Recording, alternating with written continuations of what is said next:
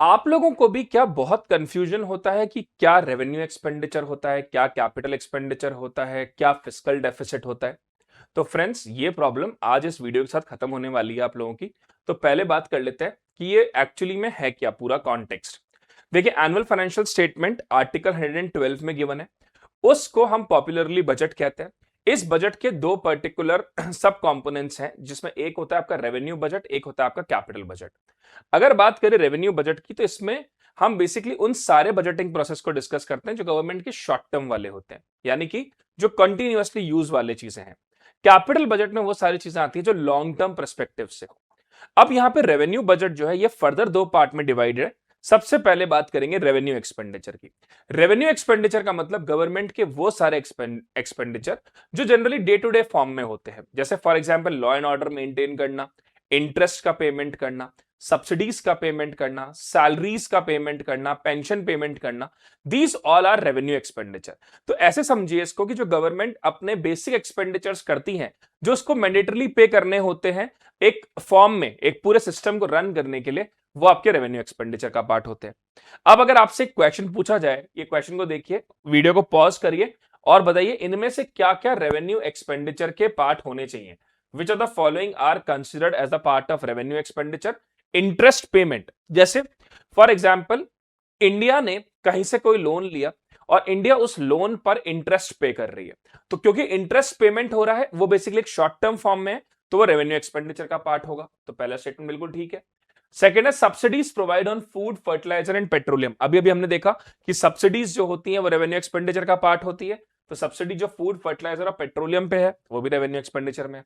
तीसरा है spending on the construction of new national highway. अब देखो, ये जो एसेट क्रिएटिंग एक्सपेंडिचर होते हैं ना, जो लॉन्ग टर्म नेचर के हों, जो एसेट बिल्ड कर दे इकोनॉमी के अंदर, वो सारे कैपिटल एक्सपेंडिचर में जाते हैं। तो ये हमारा रेवेन्यू एक्सपेंडिचर का कंपोनेंट नहीं है। चौथा है salaries and pension paid to government employees. Salary और पेंशन जो गवर्नमेंट एम्प्लॉइज को पे करी जा रही है, that is also a part of revenue expenditure. तो यहाँ पे 1, 2 एंड 4 क्वेश्चन ने पूछा कितने स्टेटमेंट ठीक है, तो यहाँ पे 3 स्टेटमेंट ठीक है। आगे अगर बात करें रेवेन्यू रिसीट की, तो रेवेन्यू रिसीट्स दो तरह की होती है। एक होती है टैक्स रेवेन्यू रिसीट, जो टैक्स के फॉर्म में कलेक्ट होती है। एक होती है non tax revenue receipt. Non tax revenue receipt का मतलब होता है टैक्स के अलावा गवर्नमेंट की होने वाली इनकम। इसमें बेसिकली हम इंक्लूड करते हैं फीस, पेनल्टी, फाइन।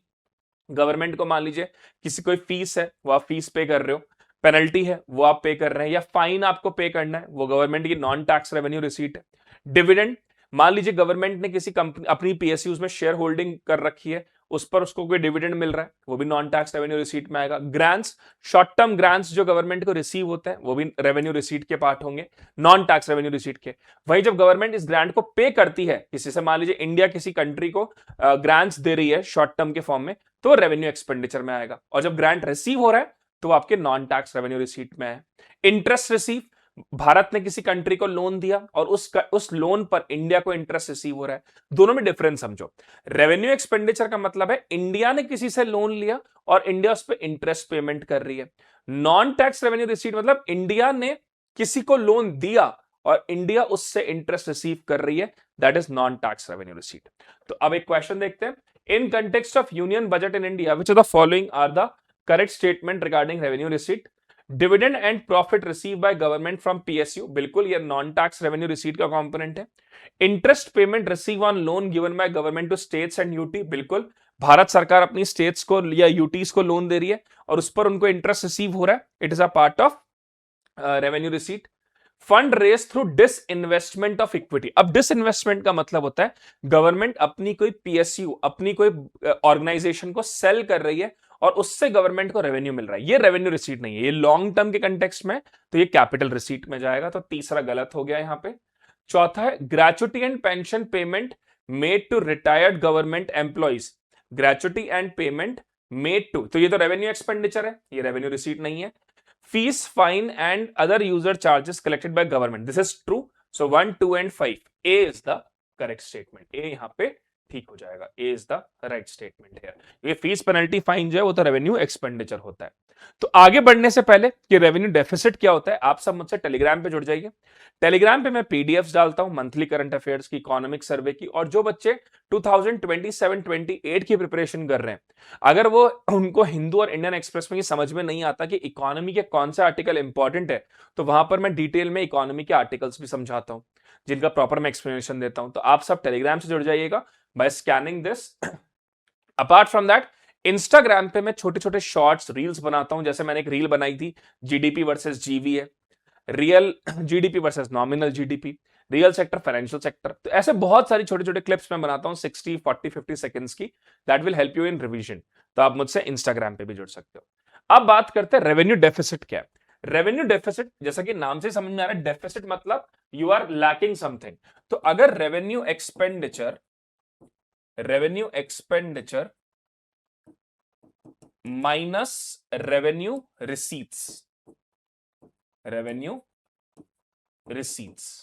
यानी जब भी रेवेन्यू एक्सपेंडिचर जो है रेवेन्यू रिसीट से ज्यादा हो जाए, तो हम क्या कहेंगे, उसे हम कहेंगे रेवेन्यू डेफिसिट।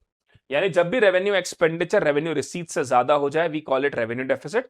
या हम ये कहें, अगर रेवेन्यू रिसीट रेवेन्यू एक्सपेंडिचर से ज्यादा हो जाए, तो फिर हम उसको कहेंगे हम रेवेन्यू सरप्लस। ठीक है, चलिए आगे बात करते हैं what is capital expenditure. Capital expenditure मतलब एसेट क्रिएटिंग एक्सपेंडिचर, जो लॉन्ग टर्म में गवर्नमेंट के द्वारा किया गया एक्सपेंडिचर है। अब कैपिटल एक्सपेंडिचर में क्या क्या कंपोनेंट्स ऐड होते हैं ये बता देता हूं मैं आपको। देखिए, कैपिटल एक्सपेंडिचर में सबसे पहला कंपोनेंट ऐड होता है, वो होता है एसेट क्रिएटिंग एक्सपेंडिचर। यानी गवर्नमेंट कोई एयरपोर्ट बना रही है, मेट्रो बना रही है, इंफ्रास्ट्रक्चर क्रिएट कर रही है, हाईवेज बना रही है, all are the part of capital expenditure. या गवर्नमेंट ने कोई लोन ले रखा है और उस लोन का रीपेमेंट कर रही है। मान लेते हैं इंडिया ने कोई बड़ा अमाउंट ले रखा है और उस लोन का प्रिंसिपल अमाउंट रीपे कर रहे हैं, तो वो भी कैपिटल एक्सपेंडिचर में आएगा। उसी लोन का जब इंटरेस्ट पे करते हैं तो वो रेवेन्यू एक्सपेंडिचर में आता है, और उसी लोन का जब प्रिंसिपल अमाउंट पे करते हैं तो वो कैपिटल एक्सपेंडिचर में आता है। एक क्वेश्चन देखते हैं, in context of Indian economy which are the following are categorised as capital expenditure? Loan and advances grant by union government to state and loans and advance grant by union government to state and UT, that's true, ये capital expenditure है। Investment made by government in share and equity of PSU, this is also true। Repayment of principal amount, this is correct, true। जो principal amount है उसका repayment कर रहे हैं वो भी बिल्कुल काउंट होगा। Expenditure on the maintenance of exist, देखिए अब मेंटेनेंस, रिपेयर, मेंटेनेंस, ये सब रेवेन्यू एक्सपेंडिचर होते हैं, तो ये गलत हो गया। यहां पे सही आंसर हो गया ओनली 3। आगे बात करेंगे कैपिटल रिसीट की। अब कैपिटल रिसीट में हमें दो बात ध्यान रखनी है। कैपिटल रिसीट मतलब गवर्नमेंट की लॉन्ग टर्म इनकम। ये बेसिकली दो तरीके से हो सकती है। एक होती है डेट क्रिएटिंग। डेट क्रिएटिंग मतलब गवर्नमेंट ने किसी से बोरोइंग करी, क्योंकि ये अमाउंट तो आ रहा है तो रिसीट का पार्ट तो होगा, लेकिन बोरोइंग करी है, इसको आपको रीपे करना होगा। तो जब गवर्नमेंट को बोरो करा हुआ पैसा कहीं आता है तो इसको हम कहते हैं debt creating capital receipt. Amount आपके ऐड होगा लेकिन आप इसको रीपे भी तो करोगे वापस से, that is debt creating capital receipt. वहीं अगर गवर्नमेंट ने अपने किसी एसेट को सेल करा, पीएसयू को सेल कर दिया, तो उससे जो गवर्नमेंट को अमाउंट रिसीव होता है उसे हम कहते हैं डिसइन्वेस्टमेंट, और ये होती है non debt creating capital receipt. यानी गवर्नमेंट ने अपनी ही कोई एसेट को सेल करके अमाउंट रिसीव किया है, दैट इज डिसइन्वेस्टमेंट, तो ये non debt creating capital receipt है। लोन रिकवरी, इंडिया ने किसी को लोन दिया और उस कंट्री ने वो लोन वापस रीपे कर दिया हमें, तो वो भी कैपिटल रिसीट होगी। तो जब दिया होगा तब कैपिटल एक्सपेंडिचर में आया होगा, और जब वो वापस मिल गया तो वो होगा आपका कैपिटल रिसीट में। एक बार देख लेते हैं, which of the following are included in capital receipt? Recovery of loan previously given to state government, बिल्कुल काउंट होगा। प्रोसीड फ्रॉम डिसइन्वेस्टमेंट, बिल्कुल काउंट होगा। इनकम फ्रॉम फीस पेनल्टी, ये आपका आएगा रेवेन्यू रिसीट में, तो ये गलत हो गया। Correct statement is only two, यहां पे नन कर दीजिएगा इसको, ये ऑल फोर नहीं है, दिस इज नन, ऑल 3 और ये नन, इसको नन कर दीजिएगा। चलिए आगे बढ़ते हैं। अब बात करते हैं फिस्कल डेफिसिट क्या है। फिस्कल डेफिसिट का मतलब होता है, what is fiscal deficit? Fiscal deficit का मतलब है टोटल एक्सपेंडिचर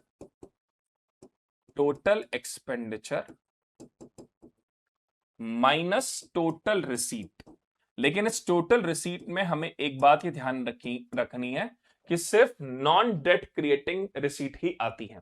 तो टोटल एक्सपेंडिचर में हो गया आपका revenue expenditure, revenue plus capital expenditure, revenue expenditure, एक second,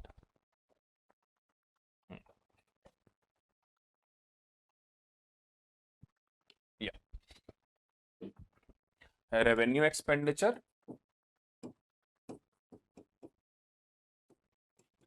plus capital expenditure,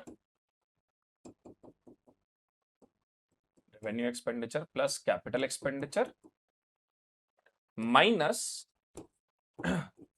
revenue receipt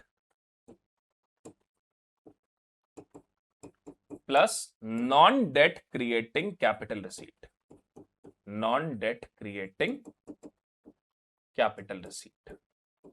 तो ये होता है आपका फिस्कल डेफिसिट। मतलब टोटल खर्चों में से टोटल इनकम को जब हम माइनस कर देते हैं that is fiscal deficit. Total खर्चे ना revenue expenditure plus capital expenditure, और टोटल रिसीट मतलब revenue receipt plus non debt creating capital receipt. Debt creating capital receipt को यहां पे शामिल नहीं करेंगे। इसी तरह से एक और टर्म होता है प्राइमरी डेफिसिट। ये प्राइमरी डेफिसिट क्या है? प्राइमरी डेफिसिट का मतलब होता है fiscal deficit minus interest payment. जब हम फिस्कल डेफिसिट में से इंटरेस्ट पेमेंट को माइनस कर दें, क्योंकि इंटरेस्ट पेमेंट का अमाउंट इंडिया में बहुत बड़ा होता है, तो जब हम इंटरेस्ट पेमेंट को हटाते हैं फिस्कल डेफिसिट में से, तो हमें यह समझ में आता है कि इंटरेस्ट लायबिलिटी हमारी कितनी है, जिसकी वजह से हमारा फिस्कल डेफिसिट बढ़ रहा है। यानी कि अगर हमारा फिस्कल डेफिसिट कई बार जो बढ़ता है उसमें इंटरेस्ट का रोल बहुत बड़ा होता है, तो गवर्नमेंट ये देखती है कि अगर हम इंटरेस्ट पेमेंट को हटा दें फिस्कल डेफिसिट में से तो हमारा डेफिसिट कितना है, that is called as primary deficit. ये बहुत इंपॉर्टेंट टर्म है। 2025 के प्रीलिम्स में इस पे से 2-3 क्वेश्चंस यूपीएससी ने पूछे थे। ठीक है, ये लीजिए क्वेश्चन आपके सामने। With reference to the component of union budget in India consider the following. Fiscal deficit represent the total market borrowing and other liability of government. That's true. Total market borrowing मतलब जितना total खर्चा आपका हो रहा है minus receipt. Primary deficit is calculated by subtracting government expenditure on subsidies from fiscal deficit. नहीं, subsidies नहीं, primary deficit निकलता है फिस्कल डेफिसिट में से इंटरेस्ट पेमेंट माइनस हो, सब्सिडीज नहीं। तो सेकंड गलत हो गया। A shrinking gap between fiscal deficit and primary deficit indicate that larger proportion of government borrowing is being used to pay interest on past debt. This is true. The fiscal deficit is always higher than primary deficit unless the government has zero interest payment liability. बिल्कुल, fiscal deficit हमेशा ज्यादा होगा primary deficit से, क्योंकि primary deficit कैसा निकलता है, हम फिस्कल डेफिसिट में से इंटरेस्ट माइनस करते हैं। अगर इंटरेस्ट जीरो हो जाए तो फिर प्राइमरी डेफिसिट और फिस्कल डेफिसिट बराबर हो सकते हैं। This is true. So 1, 2 and 4. So this is 1, 3 and 4. Sorry, 1, 3 and 4. B is the correct statement. तो friends that's it for today. I hope आप लोगों को ये समझ में आया होगा। ये मैंने आपको समराइज फॉर्म में समझाया कि बजट के जो कंपोनेंट होते हैं ये क्या होते हैं, अलग अलग तरह के डेफिसिट्स कौन कौन से होते हैं। Hope you all enjoyed this video. अगर आपको ये वीडियो अच्छा लगा तो लाइक करिए, शेयर करिए, कमेंट करिए एंड सब्सक्राइब करिए। Thank you so much and God bless you all.